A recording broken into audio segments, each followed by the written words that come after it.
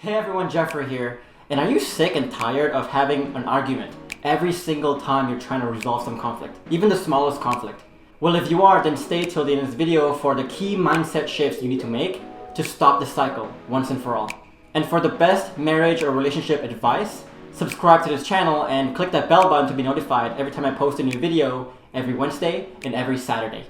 Hey everyone, it's Geoffrey here. And so if you're really having a hard time resolving conflicts in your relationship, then these are really the key mindset shifts that you need to make to start resolving even the toughest of issues in your relationship.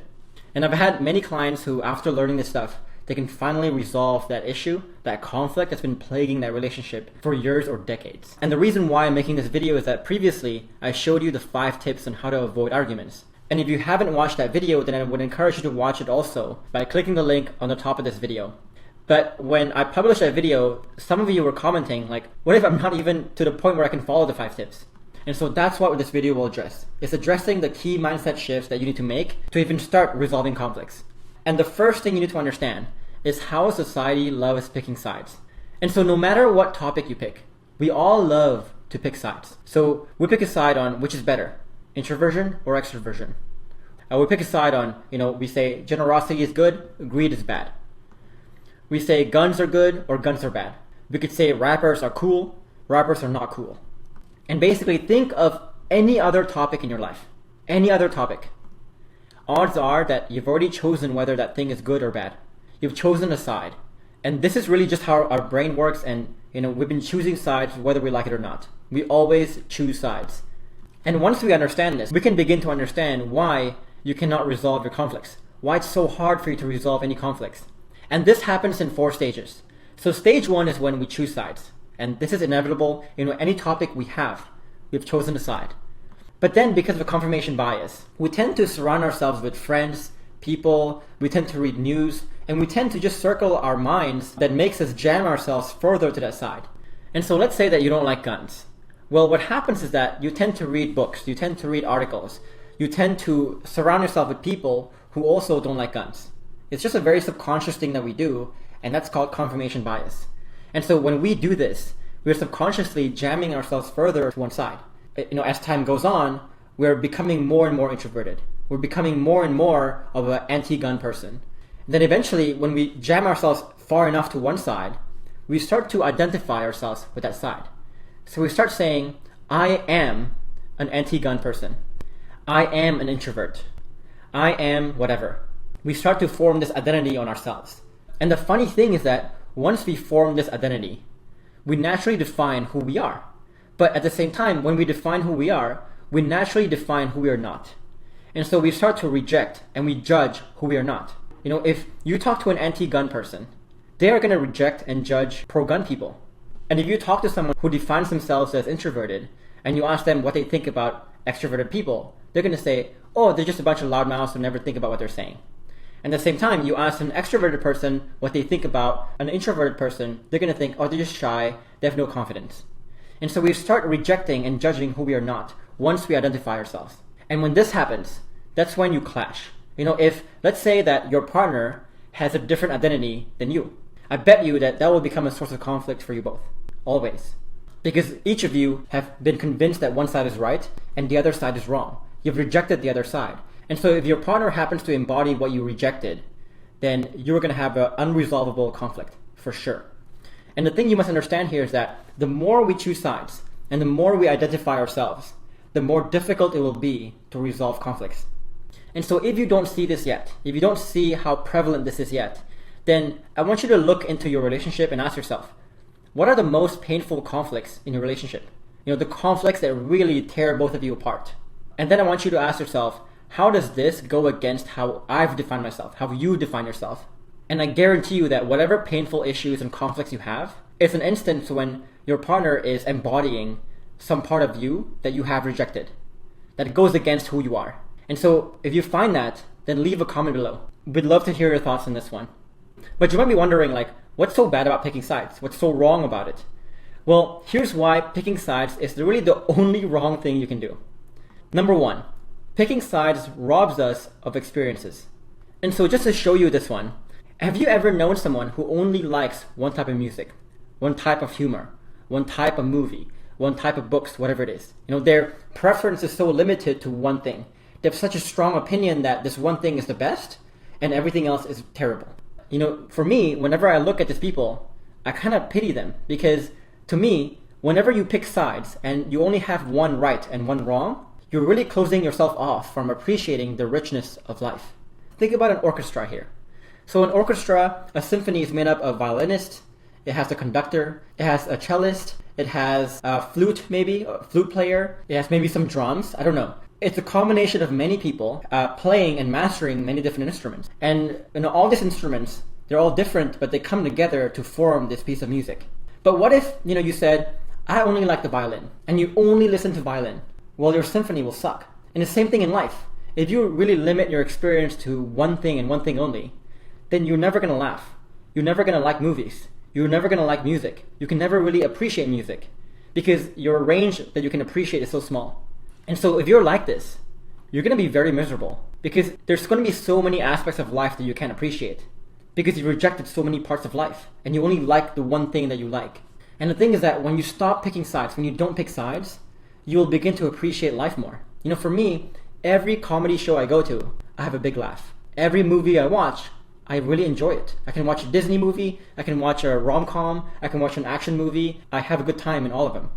I can listen to rap, I can listen to classical, I can listen to country, I can listen to whatever type of music, and I have a good time. And so as a result, every waking moment that I have, I can fill it with some beauty.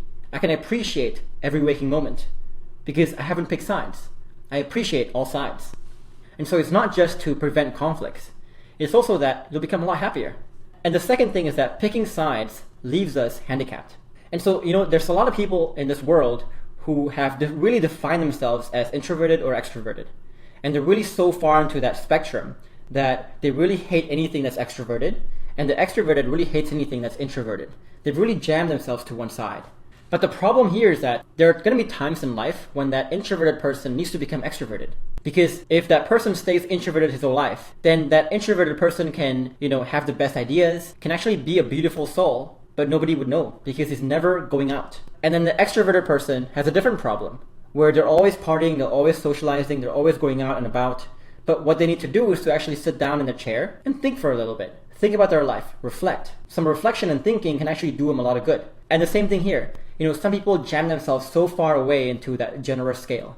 And so I know a lot of entrepreneurs, for example, who, they're so scared of being greedy. They want to be generous so much that they're afraid to charge a premium for their price, for their product.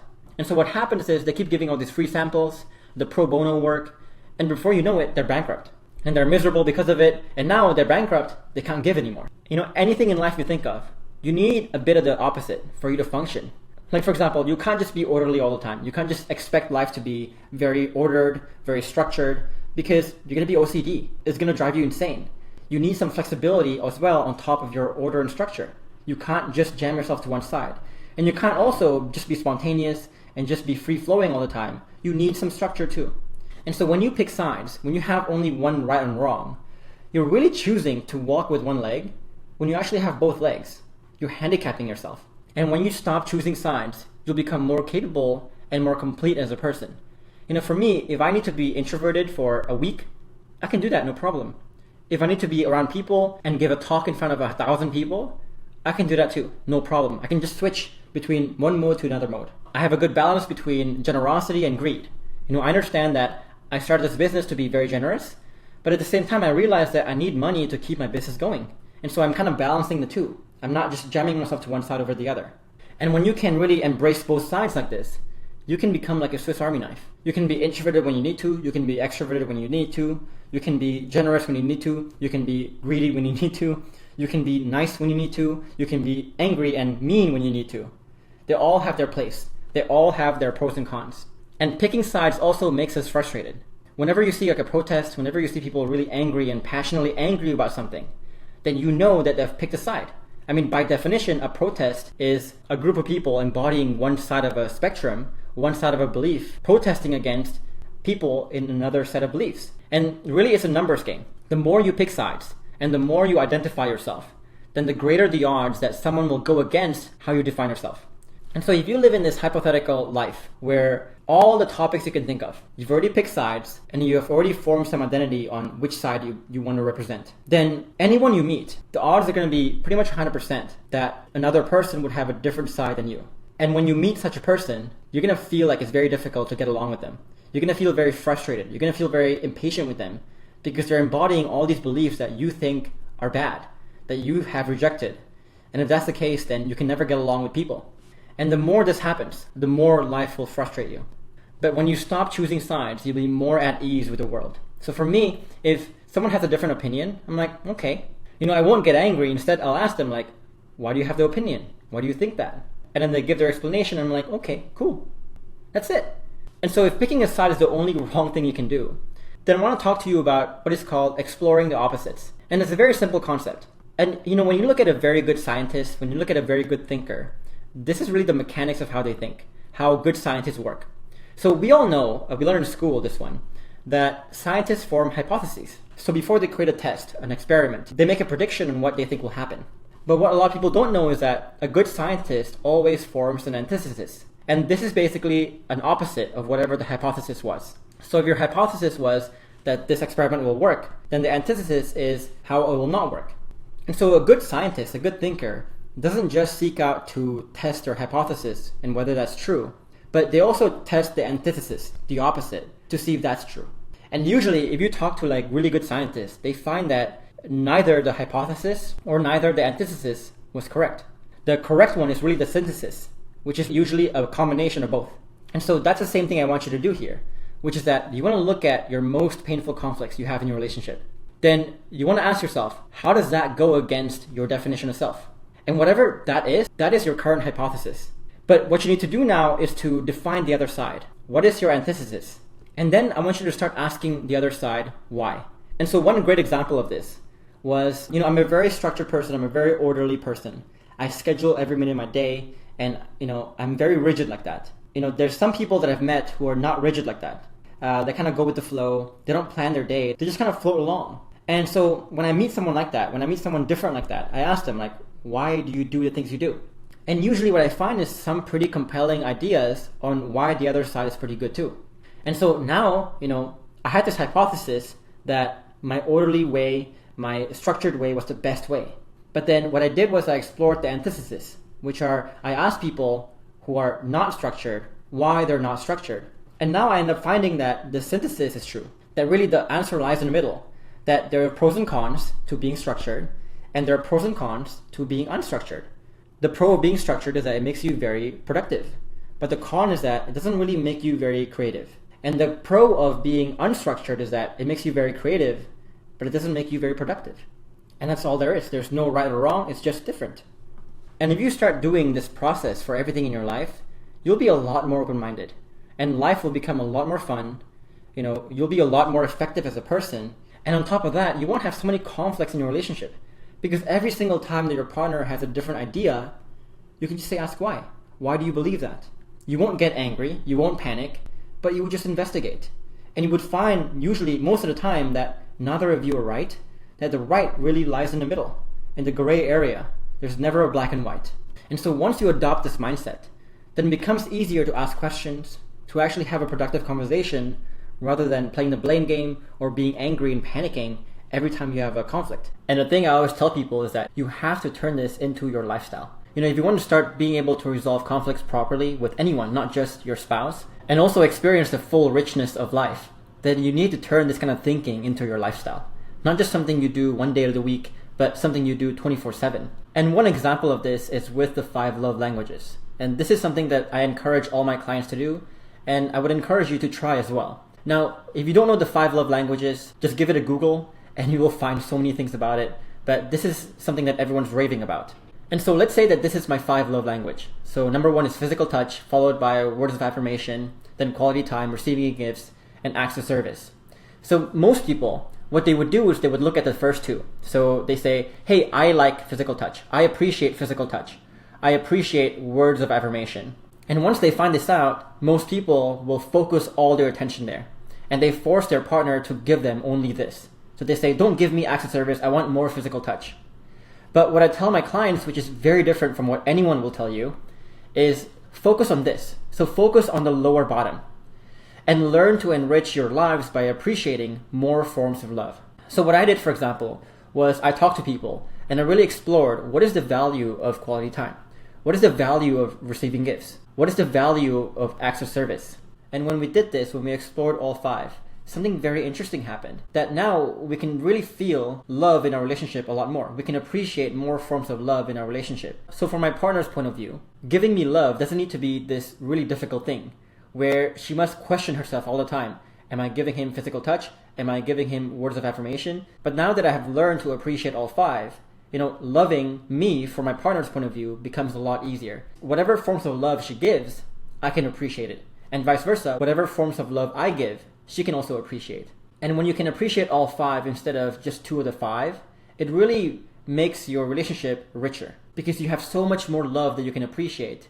And so now that you have made those key mindset shifts, the next step is to actually learn the step-by-step outline of what to say and what to do to begin resolving conflicts like the best of couples. Which is why I've created this free 5-part video series that will teach you the same 5-step system that I teach hundreds of my clients. And when they learn these 5 steps, they can really begin to master what it really means to communicate and resolve conflicts as a couple. And so if you're interested in downloading this, the link to this course is in the description box below this video. And if you're looking for a safe space where you can discuss your issues and really get personalized help that you need, then you can also join our secret Facebook group with other members who are just as committed and as dedicated to working on their relationship as you are. And if you want to join this group, the link is also below this video. So if you liked this video and found it to be valuable, then smash that like button below this video and subscribe to this channel. And tell us in the comments below, which of these tips did you find most valuable? We'd love to hear your thoughts. And thank you so much for watching this video and supporting this channel. It's so good to see all of your support and all of you being here with me. And with that, I will see you in the next video.